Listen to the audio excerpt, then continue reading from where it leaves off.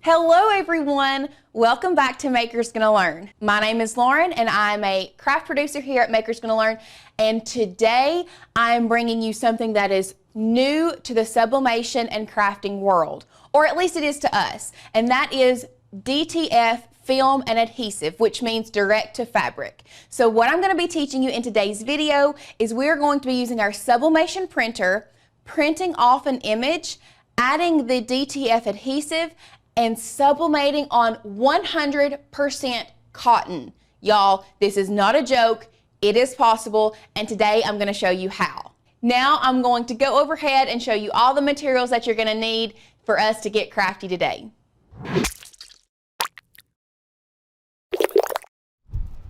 Now we're going to go over the materials that you're going to need for this project. Obviously, because we are sublimating on 100% cotton, you are going to need a 100% cotton t-shirt. The key to sublimating on 100% cotton is this DTF transfer film and adhesive. Now what DTF is it's direct to fabric, so it's very similar to direct to fabric printing. This is what the adhesive looks like. It is a powdery substance, so you are going to need a bin or something to put that in. You're also going to need a piece of copy paper, and that's to help this film pull through your sublimation printer. You're going to need a measuring tape to measure the area you're working with on your shirt. You are going to need some masking tape, as well as your sublimation printer and a heat press. These are obviously key to this project. Now we're going to head over to Maker's Gonna Learn, and I'm going to show you what file we're going to be using, and then we're going to actually working out of Canva today, and I'm going to show you how you can upload your Maker's Gonna Learn files into Canva to print on your printer. Now that we're here at Maker's Gonna Learn, the files that you can use are any print and cut image. We have a print and cut section right here that you can go to and pick out, but I know exactly which one I'm going to be using, and I'm going to be using one that's called landscape. So I'm just going to search for that. As you can see, there are lots of beautiful landscapes that we could be working with. We're going to be working with landscape 1. So what you're going to do is you're going to download that onto your computer. You're going to come over here. It's going to open up as a PNG. Now I'm going to keep this right here, and I'm going to go back to Canva. I want to be working with an 8.5 by 11, and I'm going to create new design. Once that pulls up, because I want to upload that image into here, I'm going to go to uploads. Now you can see I've already uploaded it, but what you can do is you can open this up. You can drag and drop this over here, and it is going to automatically upload for you. So I'm going to click this image. I like to scale this down on the sides. It's not necessary. I just think it works. It helps me work a little bit better. And then I'm going to size this as large as I want. Now I'm working with an adult size extra large t-shirt, so I want to get it as big as I can. Now the film we have is only 8.5 by 11, so with this design, this is as big as it can get. Now one thing I want to make sure to let you guys know is with this image, I can go ahead and print it as is. However, if you are working with text, you need to make sure that you mirror your image. So I'm going to click on my image, and then if you're working with text, once again, you're going to hit flip. And this is where you can either flip it horizontally or flip it vertically. So we are going to flip ours horizontally. You can flip yours horizontally. Now, if you're wanting your text to run up and down on your piece of paper, then you will need to flip vertically. So just keep that in mind. You want to mirror your image if you are working with text. So I'm just going to position this. Once you have it positioned, you are going to share it. You are going to click download. It is going to download as a PNG. I'm going to click transparent background, hit download. As you can see, it's downloading here in the corner. Then I'm going to pull it up here, and then I'm going to, from this screen, I'm going to print this. So I'm going to be printing it from our workforce computer, our workforce printer, which is this one. Now, here's where you need to change. I think that it works best through all of the testing that I have done if you choose photo on glossy paper. Then from there, you are going to change your media and quality, make sure it is on best, and then your media type is photo glossy paper. Once you have done that, you are ready to print. Now before you print, for me, I have tried sending this DTF film through our printer just by itself, and through all of the testing, it has not worked for us. The best results that I have gotten is when you take this and you actually tape it on to a plain piece of paper. So we're gonna go overhead and I'm gonna show you guys how you're going to do that. So as you can see, our packaging tells us that print side is on this matte side. So you're gonna want to make sure that you tape this with the matte side facing up. I know it's gonna be hard for you guys to see, but I'm gonna line this up as close to the top as I can, leaving a little room for the tape to stick to the copy paper. I'm going to take my masking tape,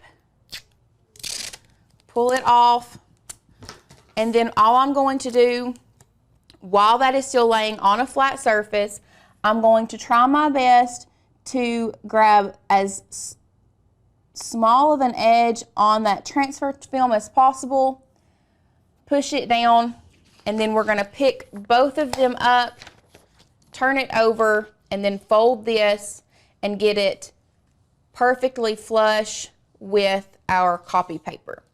From there, you need to know how your printer works.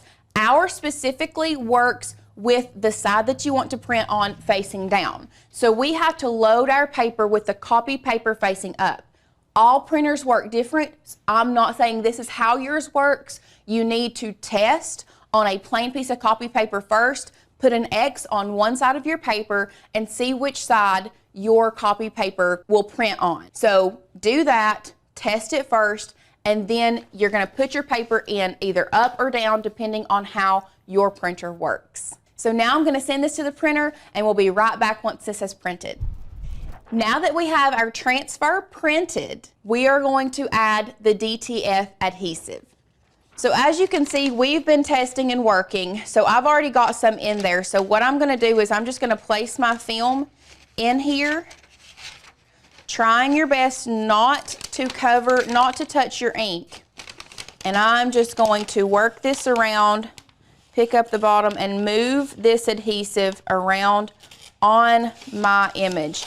As you can see, this adhesive is sticking to the ink, and that is exactly what we want. So I'm just going to pick it up and move it around. And make sure it gets really, really good and coated. From there, I'm just going to give it a little bit of a shake. I like to hold it up to the light and make sure that there are no spots missing. And if I see a spot, like there's a spot up around the top of this mountain that I think could use a little bit more adhesive, you can place it back in. And we're just going to take some of this and sprinkle it on the top. And then I'm just going to pick it up and move it around that area again. And then dust it off one more time. Now that we have our DTF powder on here, what we are going to do is we are going to cook it. And I say that in quotations. We are going to, and you're going to be able to see the difference. We're going to place this under our heat press, not with the heat press touching it. We don't want the heat press to touch it. And what it's going to do is these little granules are going to really sink into that ink and really adhere to that ink, and it's going to change color. So you want to cook it so that you don't have this powder sugar looking substance on here. So we're going to place it under our heat press. We're going to lower our heat press. Now this may take 30 seconds to a minute and a half, but you can lift your heat press that you're working with. Ours, with it being a clamshell, the top plate is at an angle, so that back portion gets cooked a little faster than the front. So what I like to do is check it, and it's nowhere near close, so we're gonna put it back down, and then I'll turn it around. Now I will tell you, we are working at 385 degrees. That's what we're going to be pressing our shirt at. So make sure your heat press or your heat source is working at 385 degrees.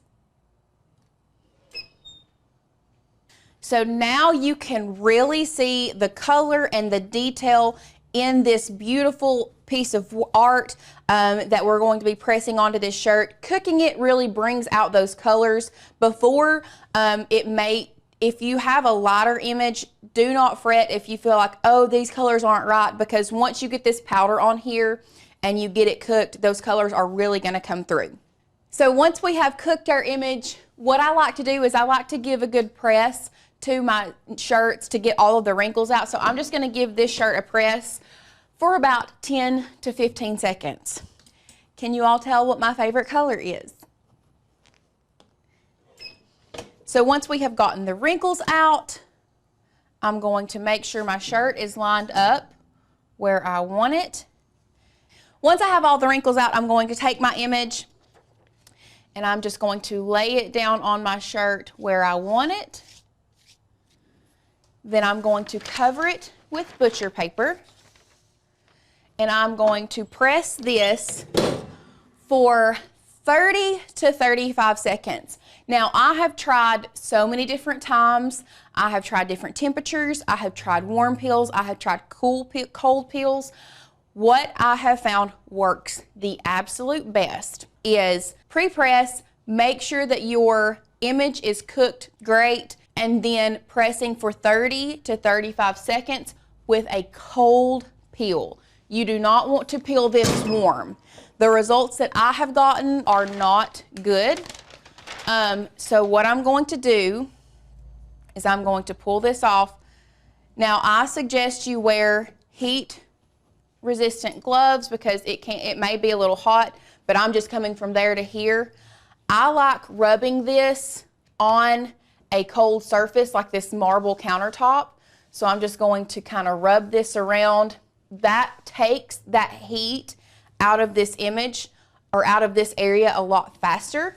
So I'm going to rub it around, and then what I'm going to do is I'm going to take it, I'm going to flip it over, and then I'm also going to rub it around on this side.